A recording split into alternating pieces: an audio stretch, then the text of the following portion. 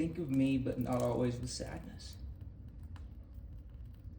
Think of me and all the moments we shared. I live in your heart. I'll always stay there. Smile for me when you see those stars in the sky. I spend my days watching over you from way up high. Think of me in moments that make your heart soar.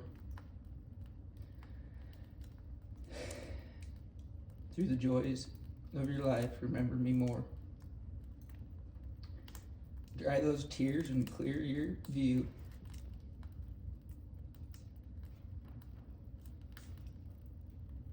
Look for me in all the little things I left behind.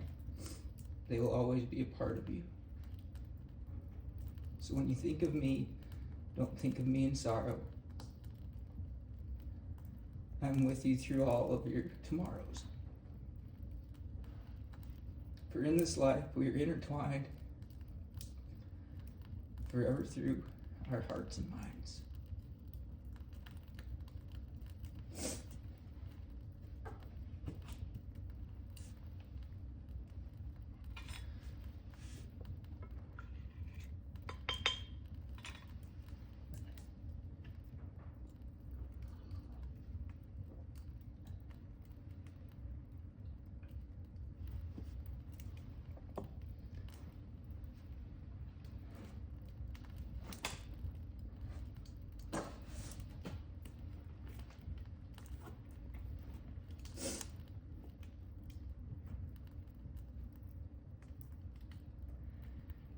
Finally, be strong in the Lord and in the strength of his might.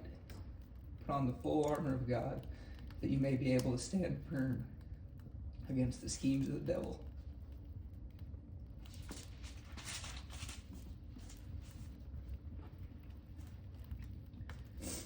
For our struggle is not against flesh and blood, but against the rulers, against the powers, against the world forces of this darkness,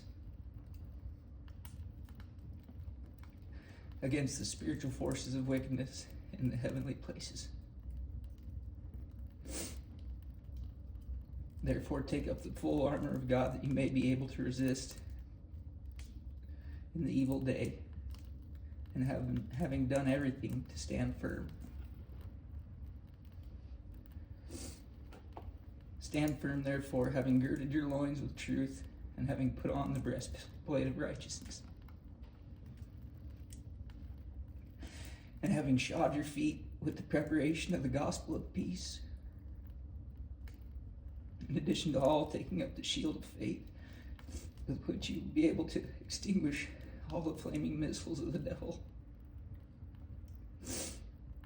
And take the helmet of salvation and the sword of the Spirit, which is the word of God. With all prayer and petition, pray at all times in the Spirit, and with this in view, be on the alert with all perseverance and petition for all the saints. And pray on my behalf the utterance may be given to me in the opening of my mouth, to make known with boldness the mystery of the gospel,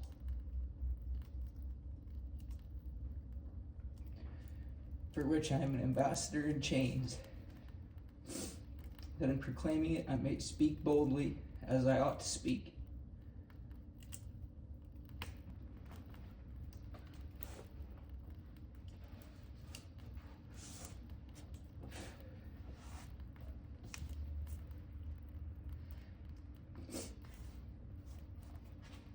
I got a story written by another one from Cameron Fuller, which is, this one's fitting for the season, as this is about the time of year everyone's Christmas trees, if they have a live one, are starting to turn brown and going to be thrown into a burn pile somewhere. All right.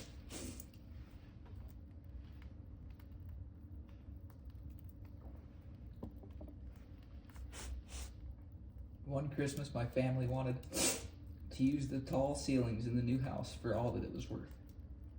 So we went up the mountain and cut down a 19-foot tall tree. We set it up and enjoyed it for the holidays.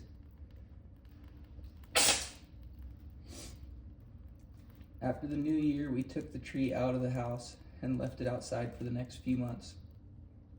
Wiley saw this as the perfect opportunity to have the world's largest bonfire. So once the tree was nice and brown, perfectly seasoned for big flames, we drug it down to the river and set it alight. The flames got huge. We were pleased with our work, and I don't recall any parents knowing or allowing the act. We just did it. Unfortunately, the fire department didn't think it was that impressive, and 2 fire engines as well as a couple of wildland trucks came ripping down the driveway.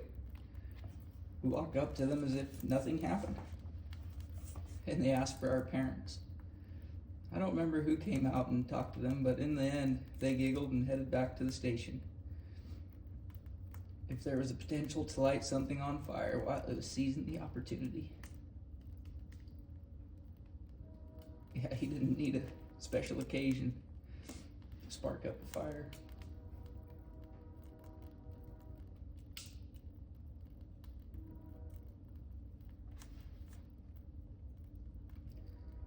Think of me, but not always with sadness.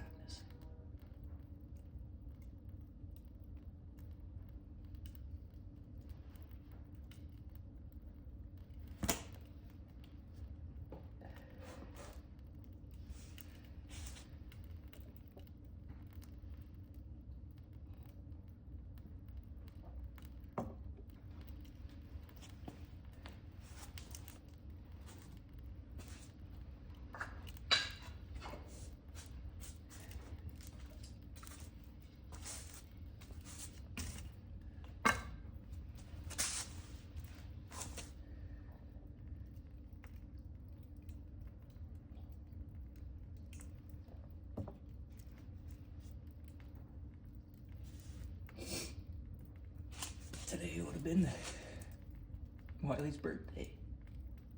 I guess it still is his birthday.